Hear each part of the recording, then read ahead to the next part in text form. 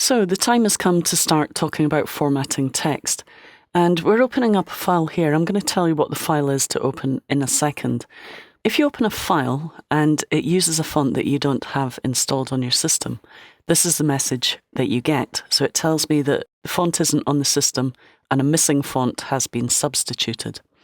So I can still open the document and you'll see that that opens up quite nicely. So if you open up Formatting Text Start AI, chances are you might have the same thing happening that happened to me there. And it's because I have some text in here already. And it looks pretty dreadful. And that's because if we select it, you'll notice that it should be the character bada-boom. But I don't have that installed on this system, so it will revert to using the default font, which in this case is either Arial or Myriad Pro, depending on what font you have installed on your system. It will use either Helvetica, Myriad Pro, or Arial usually. So it doesn't look anything like it did when I designed it. And to prove that to you, I'm going to switch on this one here.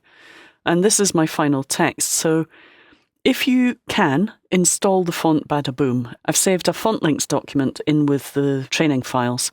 So you can open that up and it has a hyperlink to where you can download that font free. So if you have access to that, just install it and open the file again. If not, what we'll do is we'll create another version of this with some different text. So what I want you to do is lock all of these layers and we'll create a new layer. So hold down the Alt key and click on the new layer button and we'll call this Illustrator Text. And we'll click on OK.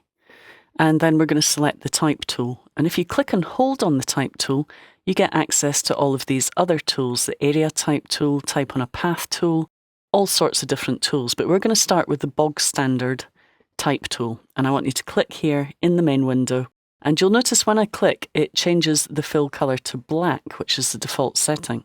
We'll talk a little bit more about that later. But for now, just type in Illustrator. Okay, and then what I generally do is I just select all after I've done it.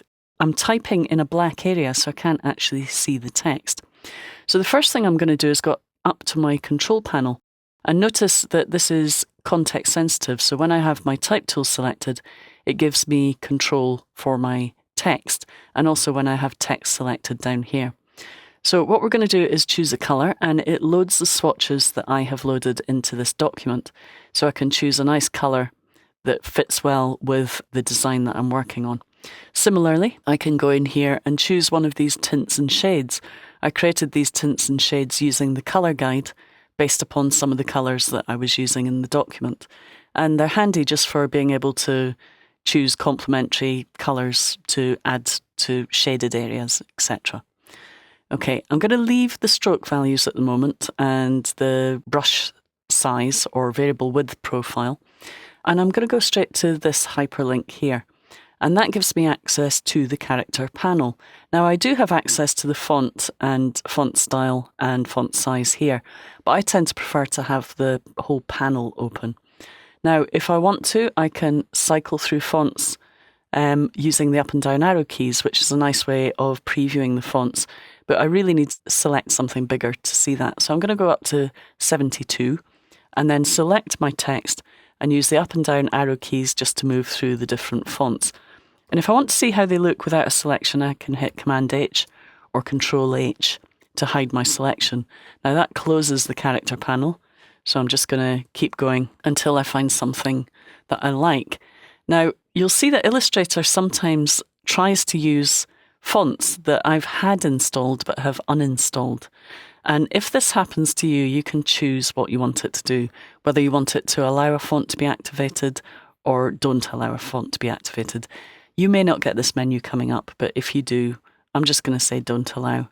And you'll see there it's using the Bone regular font. Okay, bit of an odd font, that one. So what I'm going to do is just select the text again. So Command A selects it. Remember, we've got our selection hiding. So if you forget that, sometimes you think you haven't made a selection. And I'm not going to bother with all that. I'm just going to choose a font. Now, if I just choose the font here in this drop-down menu, I don't get any preview of the font. And this is why I prefer the character panel. In here, if I click on the font menu, I get a little indication of what that font looks like before I apply it.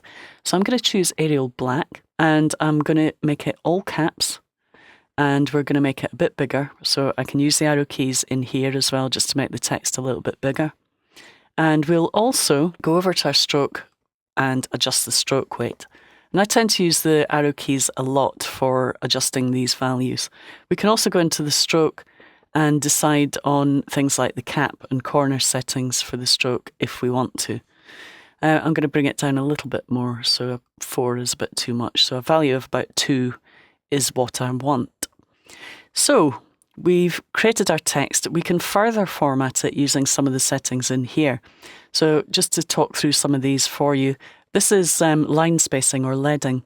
Obviously, we're not going to use that unless we have multiple lines, so we'll have a look at that in the character and paragraph styles movie.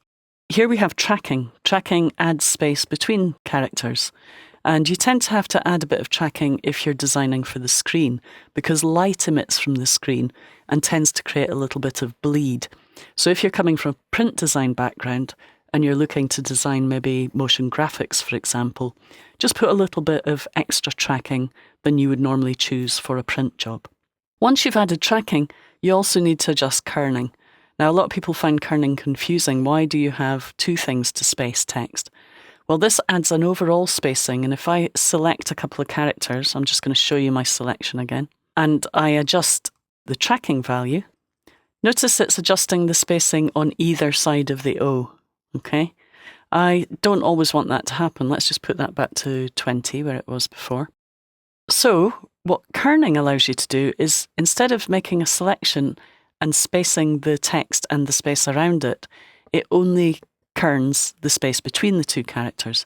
So for example, if I want to close the space between the L and the U because there's a great big empty space there, I can go into the character panel and go in and adjust my kerning value just to close that up a little bit, close the gap. So once you have selected a space, you can then go in and kern. Now this is where the character panel comes in handy. You'll notice that as I make changes to the text, it keeps disappearing from up here. So I tend to drag it out if I'm working on text and just have it there. So you'll generally go through all of the character pairs, just making adjustments to them, and I can hit the right arrow key to go to the next one, make an adjustment, and then just jump to the next one and space them all individually. I think that one needs a little bit less. So we're going to pull that in a little bit. You tend to have to hold the Shift key down when you're doing kerning, because if you just go in increments of 1, you don't see much change. So if you go in increments of 10 with Shift held down, you can see things move a lot quicker. So I usually spend quite a lot of time kerning. My favourite job. I love getting obsessed about the spaces between characters. But I'm going to leave it as it is. I don't want to bore you. And we'll just have a look at some of the other options. So you can add a vertical scale if you want to stretch the text up a little bit. And you also have horizontal scale if you want to stretch it out a little bit. I tend to avoid them, tend to use fonts that are well designed, but if you need it, it's there for you to use. Then we have baseline shift. I love baseline shift. What I can do with baseline shift is I can start to do things like adjust my characters in terms of size, so I'll make that one a little bit bigger.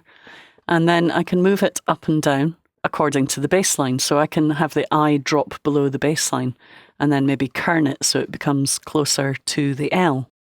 And then maybe create some irregular kind of characters, so have it jumping up and down a little bit. So instead of having regimented text on a straight line, when you're creating cartoons and things, it's quite good to mess around with things like baseline shift and kerning and start to pull letters together, push them apart, and just adjust things like the size.